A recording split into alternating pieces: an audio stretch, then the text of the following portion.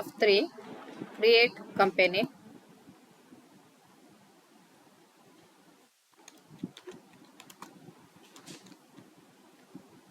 Madan traders. ಹಾಗೆ ಇಲ್ಲಿ address ಅನ್ನ ಫಿಲ್ ಮಾಡ್ಕೊಳ್ಳಿ. ಸ್ಟೇಟ್ ಬಂದು ದಿಲ್ಲಿ ಇದೆ, ನಾನು ಅದನ್ನ ದಿಲ್ಲಿಯನ್ನು ತಗೊಂತೀನಿ, ಸೇವ್ ಮಾಡ್ತಾ ಇದ್ದೀನಿ. ಇಲ್ಲಿ ಡಾಟಾ ಫಿಲ್ ಮಾಡ್ಕೊಳ್ಳಿ. ನೆಕ್ಸ್ಟ್ ಕಾರ್ಡ್ ಸೆಂಟ್ರೀಸ್, ಅನೇಬಲ್ ಕಾರ್ಡ್ ಸೆಂಟ್ರೀಸ್ ಅನ್ನ ಆಕ್ಟಿವೇಟ್ ಮಾಡ್ತಾ ಇದ್ದೀನಿ. ಅನೇಬಲ್ ಕಾರ್ಡ್ ಸೆಂಟ್ರೀಸ್ ಇದನ್ನ ಆಕ್ಟಿವೇಟ್ ಮಾಡ್ತಾ ಇದ್ದೀನಿ. ಅನೇಬಲ್ ಕಾರ್ಡ್ ಸೆಂಟ್ರೀಸ್ ಅನ್ನ ಆಕ್ಟಿವೇಟ್ ಮಾಡಿದ್ಮೇಲೆ GST ಅನ್ನ ಕೂಡ ಆಕ್ಟಿವೇಟ್ ಮಾಡಬೇಕು. GST ಅನ್ನ ಕೂಡ ಆಕ್ಟಿವೇಟ್ ಮಾಡಿ, ಇಲ್ಲಿ GST ನಂಬರ್ ಇದ್ರೆ ಕಂಪನಿ GST ನಂಬರ್ ಹಾಕಿ. ಹಾಗೆ ಇಲ್ಲಿ ನಿಮ್ಗೆ ಮೋಡ್ ಅಂದ್ರೆ ಯಾವ ರೀತಿಯಲ್ಲಿ ಈ ಫಿಲ್ಲಿಂಗ್ ಮಾಡ್ತೀರಿ ಅದ್ರ ಮೇಲೆ ಡಿಸೈಡ್ ಮಾಡ್ಬೇಕು.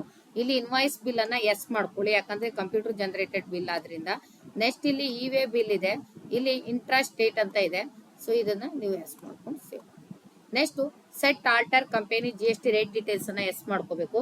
ಇಲ್ಲಿ ನಿಮ್ಗೆ ಯಾವ್ದಾದ್ರು ಡಿಆಕ್ಟಿವೇಟ್ ಬೇಕಿದ್ರೆ ಇಲ್ಲಿ ನೀವು ಡಿಆಕ್ಟಿವೇಟ್ ಮಾಡ್ಕೊಳ್ಳಿ. ಇಲ್ಲ ಅಂದ್ರೆ ಆಕ್ಟಿವೇಟ್ ಬೇಕಿದ್ರೆ ಇಲ್ಲಿ ಶೋ ಮೋರ್ ಅನ್ನ ಎಸ್ ಅನ್ನ ಕ್ಲಿಕ್ ಮಾಡ್ಕೋಬೇಕು. ಎಸ್ ಅನ್ನ ಕ್ಲಿಕ್ ಮಾಡ್ಕೊಂಡು HSN ಕೋಡ್ ಇಲ್ಲ ನನಗೆ ಇವಾಗ, ಅದರಿಂದ ಇದನ್ನ ಕ್ಯಾನ್ಸಲ್ ಮಾಡ್ಕೊಂಡಿದ್ದೀನಿ. ನನಗೆ ಯಾವ ರೇಟ್ಸ್ ಗಳು ಬೇಕು ಅದನ್ನ ಇಲ್ಲಿ ನಾನು ಅಲೋ ಮಾಡ್ಕೊಂತ ಇದ್ದೀನಿ. ಇಲ್ಲಿ ಅಲೋ ಮಾಡ್ಕೊಂಡಿದ್ದೀನಿ. ನೆಕ್ಸ್ಟ್ ಇಲ್ಲಿ ನೀವು ಎಕ್ಸ್ಟೆನ್ಷನ್ ಲಿಮಿಟ್ ಅನ್ನ ಥ್ರೆಶೋಲ್ಡ್ ಲಿಮಿಟ್ ಅನ್ನ ಎಷ್ಟು ಇಟ್ಟಿದ್ದೀರಾ ಅದನ್ನ ನೀವು ತಗೋಬೇಕು. ನೆಕ್ಸ್ಟ್ ನನ್ಗೆ ಇಲ್ಲಿ ಇನ್ವಾಯ್ಸ್ ಬಿಲ್ ಆದ್ರಿಂದ ಇನ್ವಾಯ್ಸ್ ಬಿಲ್ ಅಂತ ತಗೊಂಡಿದ್ದೀನಿ, ಆಯ್ತಾ. ನೆಕ್ಸ್ಟ್ ಇಲ್ಲಿ ಯಾವ್ದ್ರ ಮೇಲೆ ಡಿಪೆಂಡ್ ಆಗಿರುತ್ತೆ ಅಂದ್ರೆ ಸ್ಟಾಕ್ ಐಟಮ್ ಮೇಲ ಅಥವಾ ಲೆಡ್ಜರ್ಸ್ ಮೇಲ ಅಂದ್ರೆ ಲೆಡ್ಜರ್ಸ್ ಮೇಲೆ GST ಅನ್ನ ಇದ್ ಮಾಡ್ತಿದ್ದೀನಿ.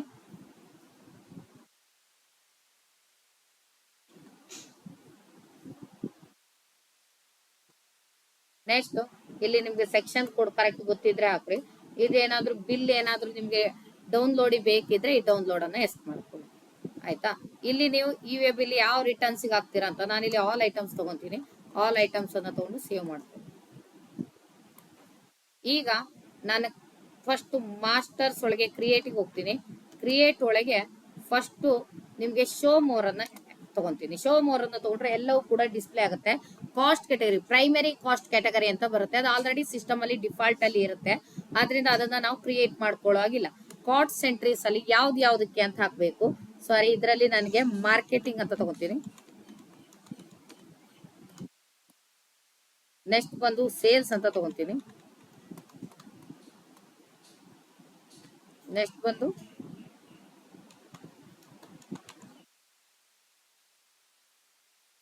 admin, project 1, project 2, project 3. Next cost centres classes ಹೋಗ್ಬೇಕು. ಇಲ್ಲಿ ಬಂದು ಕನ್ವಿಯನ್ಸ್, ಇಲ್ಲಿ ಬಂದು ಪ್ರೈಮರಿ ಕಾಸ್ಟ್ ಕ್ಯಾಟಗರಿ, ಇದರಲ್ಲಿ ಮಾರ್ಕೆಟಿಂಗ್ ಬಂದು 40. ಆಮೇಲೆ ನೆಕ್ಸ್ಟ್ ಬಂದು ಸೇಲ್ಸ್ 40,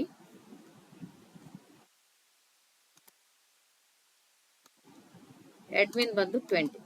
ಅದೇ ರೀತಿಯಾಗಿ ಪ್ರಾಜೆಕ್ಟ್ ಮೇಲೆ ಅಪ್ಲೈ ಮಾಡ್ತಾ ಇದ್ದೀನಿ.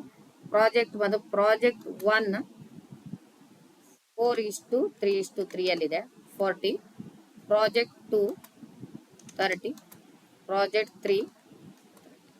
ಸೊ ಇದು ಈ ರೀತಿಯಾಗಿ ಸೇವ್ ಮಾಡ್ಕೊಳ್ಳಿ. ಇದನ್ನ ಸೇವ್ ಆಯ್ತು.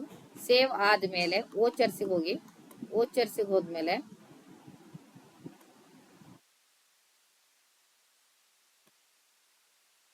ಇಲ್ಲಿ ಶೋ ಮೋರ್ F12 ಪ್ರೆಸ್ ಮಾಡಿ ಶೋ ಮೋರ್ ಅನ್ನ ತಗೊಂಡಿದ್ದೀನಿ. ವೋಚರ್ ಅಲ್ಲಿ F12 ಅನ್ನ ಪ್ರೆಸ್ ಮಾಡಿದ್ದೀನಿ. ಶೋ ಮೋರ್ ಅಲ್ಲ ಫ್ರೆಂಡ್ಸ್, ಇಲ್ಲಿ ಸೆಲೆಕ್ಟ್ ಕಾಸ್ಟ್ ಸೆಂಟ್ರೀಸ್ ಕ್ಲಾಸಸ್ ಇದು ಡಿಫಾಲ್ಟ್ ಆಗಿದೆ. ಇದನ್ನ ನಾನು ಏನ್ ಮಾಡ್ಬೇಕು, ಅನೇಬಲ್ಗೆ ತಗೋಬೇಕು, ಆಯ್ತಾ. ಸೆಲೆಕ್ಟ್ ಕಾಸ್ಟ್ ಸೆಂಟ್ರೀಸ್ ಕ್ಲಾಸಸ್ ಇದು ಡಿಆಕ್ಟಿವೇಟ್ ಅಲ್ಲಿ ಇತ್ತು, ಇದನ್ನ ನಾನು ಆಕ್ಟಿವೇಟ್ ಮಾಡ್ಕೊಂತ ಇದ್ದೀನಿ. ಆದ್ರೆ next show list of cost centres ಅಂತ ಇದೆ. Show list of cost centres ಇದನ್ನ ಎಸ್ ಮಾಡ್ಕೊಂತ ಇದ್ದೀನಿ. ವೋಚರ್ ಅಲ್ಲಿ ಬಂದು F12 ಬಟನ್ ಅನ್ನ ಪ್ರೆಸ್ ಮಾಡಿದೀನಿ. ಇದ್ರಲ್ಲಿ ನಾನು ಡಿಆಕ್ಟಿವೇಟ್ ಅಲ್ಲಿ ಇದ್ದಂತ ಎರಡನ್ನ ಆಕ್ಟಿವೇಟ್ ಮಾಡಿದೀನಿ. ಅದು select cost centres classes, show list of cost centres ಅನ್ನ ಎಸ್ ಮಾಡ್ಕೊಂಡಿದ್ದೀನಿ. ಎಸ್ ಮಾಡ್ಕೊಂಡು ಈಗ ನಾನು ಇದನ್ನ ಸೇವ್ ಮಾಡ್ಕೊತಾ ಇದ್ದೀನಿ. ಯಾಕಂದ್ರೆ ನನ್ಗೆ ಇಲ್ಲಿ ಕಾಸ್ಟ್ ಸೆಂಟ್ರೀಸ್ ಡೀಟೇಲ್ಸ್ ಬರ್ತಾ ಇರ್ಲಿಲ್ಲ, ಅದ್ ಬರ್ಲಿಕ್ಕೋಸ್ಕರ ಇದನ್ನ ನಾನು ಎಸ್ ಮಾಡ್ಕೊಂಡಿದ್ದೀನಿ. ಹಾಗೆ ಇಲ್ಲಿ ನಿಮ್ಗೆ ಏನಾದ್ರು ಬೇರೆ ಏನಾದ್ರು ಎಸ್ ಬೇಕಿದ್ರೆ, GST ಬೇಕಿದ್ರೆ, ಏನ್ ಬೇಕಿದ್ರು ಇಲ್ಲಿ ನಿಮ್ಗೆ ಸಿಗತ್ತೆ. ಇದನ್ನ F12 ಕಂಪನಿ ಕಾನ್ಫಿಗರೇಷನ್ ಅಂತ ಹೇಳ್ತಾರೆ. ಅಂದ್ರೆ ವೋಚರ್ಗೆ ಸಂಬಂಧಿಸಿದ ಕಾನ್ಫಿಗರೇಷನ್ ಇದ್ರೊಳಗೆ ಇರುತ್ತೆ. ನೆಕ್ಸ್ಟ್ ಈಗ ನೋಡಿ ಕಾಸ್ಟ್ ಸೆಂಟ್ರೀಸ್ ಕ್ಲಾಸಸ್ ಓಪನ್ ಆಯ್ತು. ಸೊ ಓಪನ್ ಆದ್ಮೇಲೆ ಈಗ ನಾನು ಕನ್ವಿಯನ್ಸ್ ಅನ್ನ ತಗೋಬೇಕಿಲ್ಲಿ. ಸೊ ಯಾವ್ದ್ರದ್ದು ಕಾಸ್ಟ್ ಸೆಂಟ್ರೀಸ್ ಆಗ್ತಾ ಇದ್ದೀನಿ ಅದನ್ನ ತಗೋಬೇಕು. ನೆಕ್ಸ್ಟ್ ಕನ್ವಿಯನ್ಸ್ ಅಂತ ತಗೊಳ್ಳಿ. ಕನ್ವಿಯನ್ಸ್ ಬಂದು ಇಂಡೈರೆಕ್ಟ್ ಎಕ್ಸ್ಪೆನ್ಸಸ್. ನೆಕ್ಸ್ಟ್ ನೀವು GST ಯಾವುದು ಕೂಡ ಇಲ್ಲ ಇಲ್ಲಿ. ಸೊ ಇದನ್ನ ಡೈರೆಕ್ಟ್ ಆಗಿ ಎಂಟ್ರಿ ಮಾಡಿ 10,000. ಯಾವ ರೂಪದಲ್ಲಿದೆ ಅಂದ್ರೆ ಕ್ಯಾಶ್. ನೆಗೆಟಿವ್ ಬ್ಯಾಲೆನ್ಸ್ ಯಾಕೆ ಕೊಡುತ್ತೆ ಅಂದ್ರೆ ನಾವು ಕಂಪನಿಯನ್ನ ಓಪನ್ ಮಾಡಿದಾಗ ಕ್ಯಾಪಿಟಲ್ ಅಮೌಂಟ್ ಅನ್ನ ಇನ್ವೆಸ್ಟ್ಮೆಂಟ್ ಮಾಡಿಲ್ಲ, ಅದಕ್ಕೋಸ್ಕರ ಇಲ್ಲಿ ಹಾಕಿ ತೋರಿಸ್ತಾ ಇದೆ.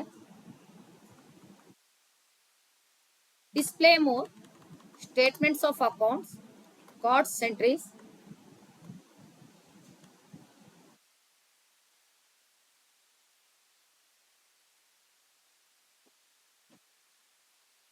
ನೋಡಿ ಇಲ್ಲಿ ಡಿವೈಡ್ ಆಗಿದೆ.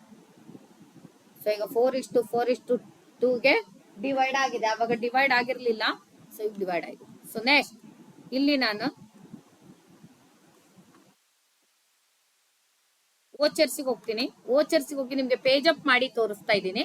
ವೋಚರ್ಸ್ಗೆ ಹೋಗಿ ಪೇಜ್ ಅಪ್ ಮಾಡಿದಾಗ ಅಲ್ಲಿ ಬ್ರೇಕಪ್ ಮಾಡಿ ಬಂದಿರೋದನ್ನ ಇಲ್ಲಿ ಆಟೋಮೆಟಿಕ್ ವೋಚರ್ ಕನ್ಸಿಡರ್ ಮಾಡುತ್ತೆ. ಸೊ ಆವಾಗ ನಾ ಬ್ರೇಕಪ್ ಮಾಡಿ ಬಂದಿದ್ದೀನಲ್ಲ ಅದನ್ನ ಇಲ್ಲಿ ಆಟೋಮೆಟಿಕ್ ಓಪನ್ ಮಾಡುತ್ತೆ. ನೆಕ್ಸ್ಟ್ ನನಗೆ ಪರ್ಚೇಸ್ ಇದ್ಬೇಕು. ಸೊ F9 ಅನ್ನ ಪ್ರೆಸ್ ಮಾಡ್ತಾ ಇದ್ದೀನಿ. GST ನಂಬರ್ ಅನ್ನ ಮಿಸ್ ಮಾಡದೆ ಎಂಟ್ರಿ ಮಾಡಬೇಕು. GST ನಂಬರ್ ಅನ್ನ ನಾವಿಲ್ಲಿ ಎಂಟ್ರಿ ಮಾಡ್ಬೇಕಾಗತ್ತೆ. ಬಿಲ್ ನಂಬರ್ ಕೊಟ್ಟಿದ್ದಾರೆ 212.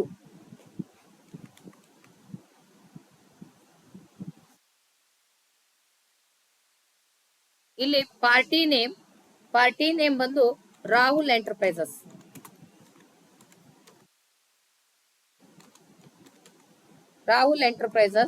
Sentry creditor. ಹಾಗೆ maintain balance bill by bill. ಇವರ ಹಣಕಾಸು ವಿವರಗಳನ್ನ ತೋರಿಸಬೇಕು ಅಂತ ಹಾಕ್ಬೇಕಾಗತ್ತೆ. ನೆಕ್ಸ್ಟ್ ಇವರ ಅಡ್ರೆಸ್ ಬಂದು ಕರೆಕ್ಟ್ ಆಗಿ ಕೆಳಗಡೆ ಕೊಟ್ಟಿದ್ದೀನಿ, ಡೆಲ್ಲಿ ಅಂತ. ಸೊ ನಾನು ಇಲ್ಲಿ ಅವರ ಅಡ್ರೆಸ್ ಅನ್ನು ಮಾತ್ರ ಫಿಲ್ ಮಾಡ್ಕೊಂಡು ಹೋಗ್ತೀನಿ. ಪ್ರೊವೈಡ್ ಬ್ಯಾಂಕ್ ಡೀಟೇಲ್ಸ್ ಇದ್ರೆ ಬ್ಯಾಂಕ್ ಡೀಟೇಲ್ಸ್ ಅನ್ನ ಎಂಟ್ರಿ ಮಾಡಬೇಕು. ಹಾಗೆ ಪಾನ್ ಕಾರ್ಡ್ ನಂಬರ್ ಅನ್ನ ಎಂಟ್ರಿ ಮಾಡಲೇಬೇಕು ಕಂಪಲ್ಸರಿ. ನಾನಿಲ್ಲಿ AWOP ಒಂದು ಪಾನ್ ಕಾರ್ಡ್ ನಂಬರ್ ಅನ್ನ ಎಂಟ್ರಿ ಮಾಡ್ತಾ ಇದ್ದೀನಿ.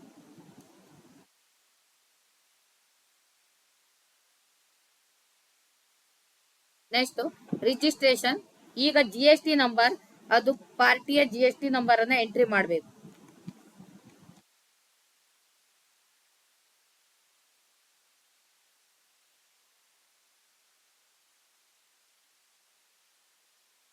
ಇಲ್ಲಿ next set alter additional GST rate details ಅಂತ ಇದೆ, ಇದನ್ನ ಎಸ್ ಮಾಡ್ಕೊಳ್ಳಿ. ಇಲ್ಲಿ ಈ ಪಾರ್ಟಿ ಟ್ರಾನ್ಸ್ಪೋರ್ಟರ್ ಕೇಳತ್ತೆ. ಸೊ ಇವರು ರಾ ಮೆಟೀರಿಯಲ್ ಅನ್ನ ತಗೊಳ್ಳೋದ್ರಿಂದ ಇವರು ಟ್ರಾನ್ಸ್ಪೋರ್ಟರ್ ಅಲ್ಲ. ಸೊ ಇದನ್ನ ಜಸ್ಟ್ ಎಂಟ್ರಿ ಮಾಡ್ಕೊಂಡು ಎಸ್. ಇಲ್ಲಿ ರಿಸಿಪಿಯಂಟ್ ಡಾಕ್ಯುಮೆಂಟ್ ನಂಬರ್ ಇರುತ್ತೆ, 6 ಡಿಜಿಟ್ ನಂಬರ್ ಅನ್ನ ಎಂಟ್ರಿ ಮಾಡಿ.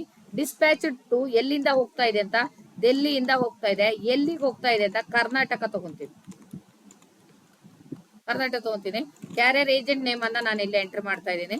RR ನಂಬರ್ ಇದ್ರೆ ತಗೊಳ್ಳಿ. ವೆಹಿಕಲ್ ನಂಬರ್ ಅನ್ನ ಇಲ್ಲಿ ಎಂಟ್ರಿ ಮಾಡ್ತಾ ಇದ್ದೀನಿ.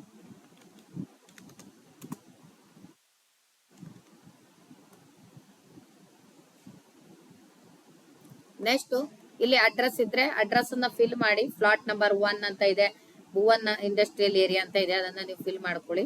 ನೆಕ್ಸ್ಟ್ ಇಲ್ಲಿ ಪ್ಲೇಸ್ ಆಫ್ ಸಪ್ಲೈ ತೋರಿಸ್ತಾ ಇದೆ. ನೆಕ್ಸ್ಟ್ ಯಾರಿಂದ ಅಂತ ಇದೆ, ಪಾರ್ಟಿ. ಸೊ ಅದನ್ನ ನೀವು ಕರೆಕ್ಟ್ ಆಗಿ ಚೆಕ್ ಮಾಡಿಕೊಂಡು ಎಂಟ್ರಿ ಮಾಡಿ. ನೆಕ್ಸ್ಟ್ ಪರ್ಚೇಸ್ ಅಂಡರ್ ರೂಪ್ ಬಂದು ಪರ್ಚೇಸ್ ಅಕೌಂಟ್ ಎಂಟ್ರಿ ಮಾಡಿ. ಪರ್ಚೇಸ್ ಅಕೌಂಟ್ ಆದ್ಮೇಲೆ ಇಲ್ಲಿ ನೀವು GST ಅಪ್ಲಿಕೇಬಲ್ ಮಾಡ್ಕೋಬೇಕು. Specify details year. ಟ್ಯಾಕ್ಸೇಬಲ್ ಬಂದು ಇದರಲ್ಲಿ GST ಬಂದು ನಮಗೆ 12% ಅನ್ನ ಎಂಟ್ರಿ ಕೊಟ್ಟಿದ್ದಾರೆ. ನಾನಿಲ್ಲಿ 12% ತಗೊಂತೀನಿ. ಯಾವ್ದ್ರ ಮೇಲೆ ಕೊಟ್ಟಿದ್ದಾರೆ ಅಂದ್ರೆ ಗೂಡ್ಸ್, ರಾ ಮೆಟೀರಿಯಲ್ ಮೇಲೆ ಕೊಡ್ತಾ ಇದ್ದಾರೆ, ಗೂಡ್ಸ್.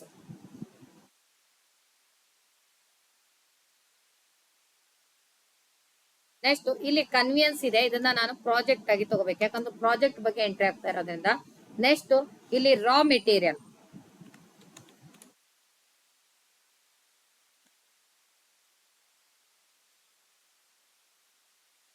ರಾ ಮೆಟೀರಿಯಲ್ ಯಾವುದೇ ಗ್ರೂಪ್ಸ್ ಆಗಿರಬಹುದು, ಯೂನಿಟ್ಸ್ ಆಫ್ ಮೆಜರ್ ಬೇಕಿಲ್ಲ, ಯಾಕಂದ್ರೆ ಡೈರೆಕ್ಟ್ ಅಮೌಂಟ್ ಎಂಟ್ರಿ ಇರೋದ್ರಿಂದ ಡೈರೆಕ್ಟ್ ಆಗಿ ನೀವು ತಗೋಬಹುದು. ನೆಕ್ಸ್ಟ್ ಇಲ್ಲಿ ಬಂದು ಸ್ಪೆಸಿಫೈಡ್ ಡೀಟೇಲ್ಸ್ ಇಯರ್ ಅಂತ ತಗೊಳ್ಳಿ. ಇಲ್ಲಿ ಬಂದು 12% ಅನ್ನ ಅಪ್ಲೈ ಮಾಡ್ಕೊಳ್ಳಿ. ಗೂಡ್ಸ್ ಅಪ್ಲೈ ಮಾಡ್ತಾ ಇದ್ದೀನಿ ನಾನು ರಾ ಮೆಟೀರಿಯಲ್ ಮೇಲೆ. ಸೊ ಎಷ್ಟು ಅಮೌಂಟ್ ಅದರದ್ದು ಅಂದ್ರೆ ರಿಯಲ್ ಆಗಿ ಅದ್ರ ಅಮೌಂಟ್ ಬಂದು 25,000 ಇದೆ. ಇಲ್ಲಿ ನಾನು 25,000 ಅನ್ನ ಎಂಟ್ರಿ ಮಾಡ್ತಾ ಇದ್ದೀನಿ. ಹಾಗೆ ರಾಹುಲ್ ಎಂಟರ್ಪ್ರೈಸಸ್ ಇರೋದು ಡೆಲ್ಲಿಯಲ್ಲಿ, ಸೊ ಕಂಪನಿ ಇರೋದು ಡೆಲ್ಲಿಯಲ್ಲಿ, ಆದ್ರಿಂದ ನಾನು CGST SGST ಅನ್ನ ಅಪ್ಲೈ ಮಾಡ್ತಾ ಇದ್ದೀನಿ. CGST duties and taxes under ಅಲ್ಲಿ ಬರುತ್ತೆ. ಇದು GST ಸಂಬಂಧಿಸಿದ್ದು. CGST ಬಂದಿದೆ. ನೆಕ್ಸ್ಟ್ ಬಂದು SGST duties and taxes, GST ಇಲ್ಲಿ ಸ್ಟೇಟ್. ಸೊ ಇವಾಗ ನಮಗೆ ಟೋಟಲ್ ಅಮೌಂಟ್ 28,000 ಬರಬೇಕು. ಟೋಟಲ್ ಅಮೌಂಟ್ ಇಲ್ಲಿ 28,000 ಗೆ ಕ್ಯಾಲ್ಕುಲೇಷನ್ ಆಗಿದೆ. ನೆಕ್ಸ್ಟ್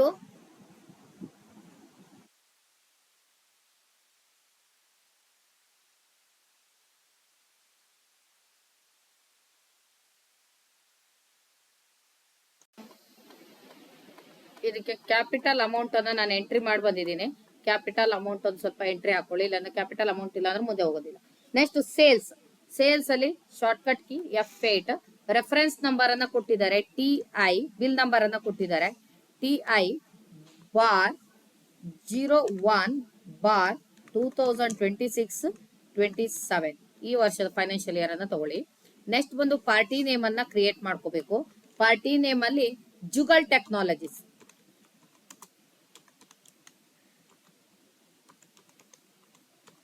ಜುಗಲ್ ಟೆಕ್ನಾಲಜೀಸ್ ಅನ್ನ ತಗೊಳ್ಳಿ. ಸೆಂಡ್ರಿಂಗ್ ಡೇಟರ್ಸ್, ಅವರು ಪಾರ್ಟಿ ಬಂದು ಡೆಲ್ಲಿ. ಓಕೆ, ಅವ್ರ ಅಡ್ರೆಸ್ ಅನ್ನ ನೀವು ಎಂಟ್ರಿ ಮಾಡ್ಕೊಳ್ಳಿ. ಪಾನ್ ಕಾರ್ಡ್ ನಂಬರ್ ಅನ್ನ ಕಂಪಲ್ಸರಿ ಎಂಟ್ರಿ ಮಾಡಲೇಬೇಕು. Next GST number, party GST number ಇರಲೇಬೇಕು.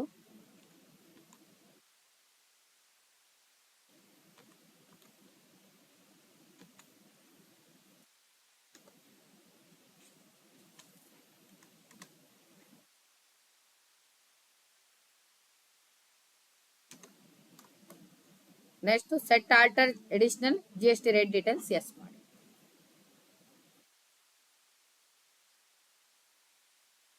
Document number, dispatched to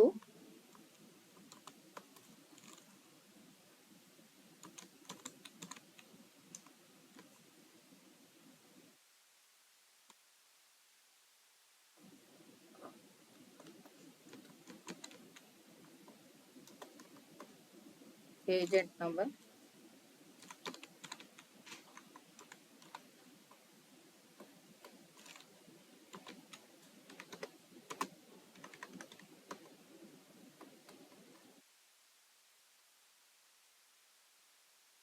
next sales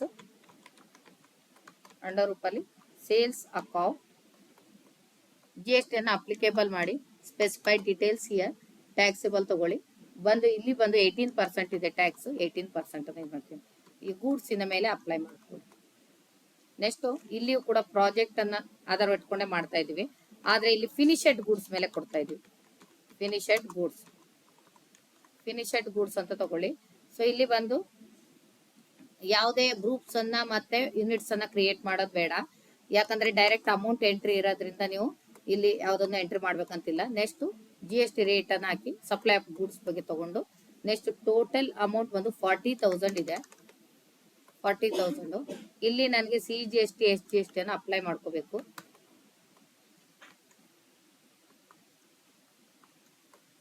so total 47,200 ಅಂತ ಹೇಳಿದ್ದಾರೆ. ಸೊ ಅಷ್ಟೇ ಬಂದಿದೆ. ಇಲ್ಲಿ ಇ-ವೇ ಬಿಲ್ ಅನ್ನ ಜನರೇಟ್ ಮಾಡಿ ಪಾರ್ಟಿ ಪ್ಲೇಸ್ ಎಲ್ಲಿಗೆ ಹಾಕ್ಬೇಕು ಅಂದ್ರೆ ನಾನು ಎಲ್ಲ ಹಾಕಿದ್ದೀನಿ, ಮಹಾರಾಷ್ಟ್ರ ಹಾಕಿದ್ದೀನಿ. ಪ್ಲೇಸ್ ಬಂದು ಡೆಲ್ಲಿ ಇದೆ, ಈ ಕಡೆ ಶಿಫ್ಟೆಡ್ ಮಹಾರಾಷ್ಟ್ರ.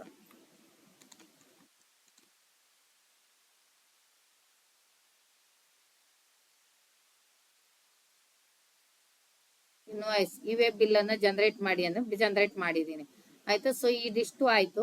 ಇದಾದ್ಮೇಲೆ ನಾವು ರಿಪೋರ್ಟ್ ಅನ್ನ ತೆಗಿಬೇಕು. ಅದು ರೇಷಿಯೋ ಅನ್ನ ಆಧಾರ ಇಟ್ಕೊಂಡು ಆಗಿದೆಯಾ ಇಲ್ವಾ ಅನ್ನೋದನ್ನ ನೋಡ್ಬೇಕು. ಅದಕ್ಕೆ ಏನ್ ಮಾಡ್ತೀನಿ ಅಂದ್ರೆ ಡೈರೆಕ್ಟ್ ಆಗಿ ನಾನು ಡಿಸ್ಪ್ಲೇ ಮೋರ್ ರಿಪೋರ್ಟ್ಸ್ ಹೋಗ್ತಾ ಇದ್ದೀನಿ. ಸ್ಟೇಟ್ಮೆಂಟ್ ಆಫ್ ಅಕೌಂಟ್ಸ್ ಅದರಲ್ಲಿ ಕಾಸ್ಟ್ ಎಂಟ್ರೀಸ್ ಅನ್ನ ಮಾಡ್ತೀನಿ. ಇಲ್ಲಿ ಲೆಡ್ಜರ್ ಬ್ರೇಕಪ್, ಗ್ರೂಪ್ ಬ್ರೇಕಪ್ ಅಂತ ಇರುತ್ತೆ. ನೀವು ಯಾವ್ದ್ರ ಮೇಲಾದ್ರೂ ತಗೋಬಹುದು. ನಾನು ಇಲ್ಲಿ ನೋಡಿ ನಿಮ್ಗೆ ಸೇಲ್ಸ್ ಇದು ಆಗಿದೆಯಲ್ಲ, ಪರ್ಚೇಸ್ ಆಗಿದೆಯಲ್ಲ ಅಂತ ತೋರಿಸ್ತೀನಿ ನೋಡಿ. ಪರ್ಚೇಸ್ ಅಲ್ಲಿಯೂ ಕೂಡ ಡಿವೈಡ್ ಆಗಿದೆ. ಪರ್ಚೇಸ್ ಅಲ್ಲಿ ಡಿವೈಡ್ ಆಗಿದೆ, GST ಎಲ್ಲವೂ ಬಂದಿದೆ ಡಿವೈಡ್ ಆಗಿ, ಆಯ್ತಾ. ನೆಕ್ಸ್ಟ್ ನೋಡಿ ಸೇಲ್ಸ್ ಡಿಪಾರ್ಟ್ಮೆಂಟ್. ಅದೇ ರೀತಿಯಾಗಿ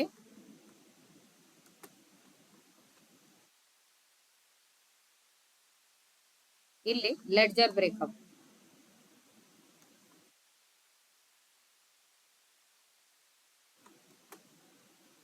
ನೆಕ್ಸ್ಟ್ ಕಾಸ್ಟ್ ಎಂಟ್ರೀಸ್ ಬ್ರೇಕಪ್, ಒಂದೊಂದೇ ಸಿಂಗಲ್ ಆಗಿ ತೆಗೆಯೋದಿದ್ರು. ನೆಕ್ಸ್ಟ್ ಕಾಸ್ಟ್ ಎಂಟ್ರೀಸ್ ಸಮ್ಮರಿ, ಎಲ್ಲವೂ ಇಲ್ಲಿರೋ ಕಾಸ್ಟ್ ಎಂಟ್ರೀಸ್ ಸಮ್ಮರಿ. ಅದಾದ್ಮೇಲೆ next statutory reports, GST reports,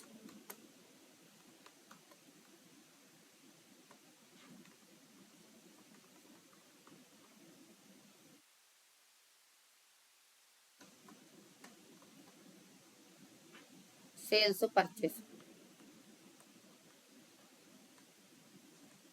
next E-way bill ಬಂದಿದೆ ನೋಡಿ, ಇ-ವೇ ಬಿಲ್. ಅದಾದ್ಮೇಲೆ GST utilities, GST rate setup,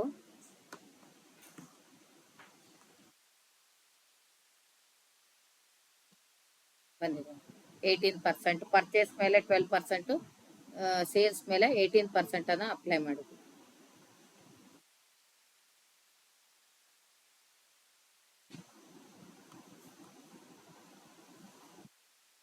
party GST number ಏನಾದ್ರು ಅಪ್ಡೇಟ್ ಮಾಡ್ಬೇಕಂತಿದ್ರೆ, ವ್ಯಾಲಿಡೇಟ್ ಮಾಡ್ಬೇಕಂತಿದ್ರೆ ಇಲ್ಲಿ ಮಾಡ್ಬೋದು ನೋಡಿ. ಕ್ಯಾಪಿಟಲ್ ಇನ್ವೆಸ್ಟರ್ GST ನಂಬರ್ ಇಲ್ಲ, ಬೇಕಿದ್ರೆ ಜನರೇಟ್ ಮಾಡ್ಬೋದು. ಇಲ್ಲಾಂದ್ರೆ ನೋಡಿ ಇಲ್ಲಿ GST ನಂಬರ್, ಪಾನ್ ನಂಬರ್, ಏನೇನ್ ಡೀಟೇಲ್ಸ್ ಹಾಕಿದೀರಾ ಎಲ್ಲವೂ ಇದರಲ್ಲಿ ಸಿಗುತ್ತೆ.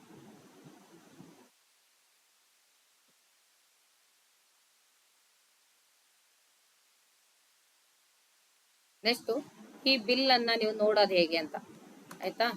ಸೊ ನಾನಿಲ್ಲಿ ಪರ್ಚೇಸ್ ಬಿಲ್ ಅನ್ನ ತಗೊಂಡಿದ್ದೀನಿ.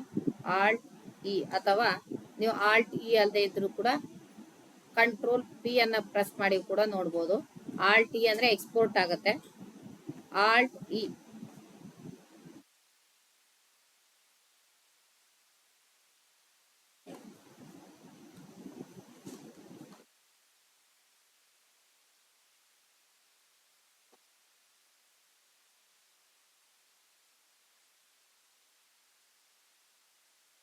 Alt E export data,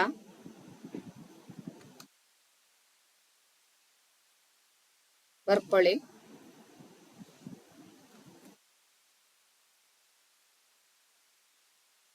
ಇಲ್ಲಿ ಕಾನ್ಫಿಗರ್ ಅಂತ ಬರುತ್ತೆ ನೋಡಿ, ಇಲ್ಲಿ ಕಾನ್ಫಿಗರ್ ಅಂತ ಬರುತ್ತೆ. Alt E ಎಕ್ಸ್ಪೋರ್ಟ್ ಅಂತ ತಗೊಳ್ಳಿ.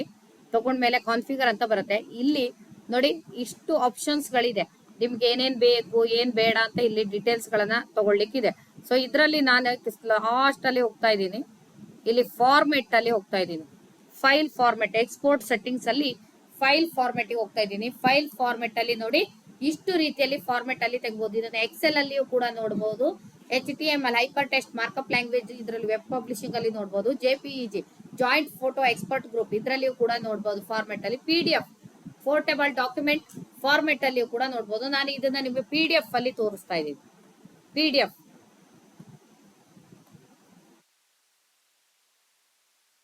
ಈಗ ನಾನು ಎಕ್ಸ್ಪೋರ್ಟ್ ಹಾಕ್ತಾ ಇದ್ದೀನಿ. PDF ಬಿಲ್ ಬಂದು ಬಿಲ್ ಜನರೇಟೆಡ್ ಆಯ್ತು.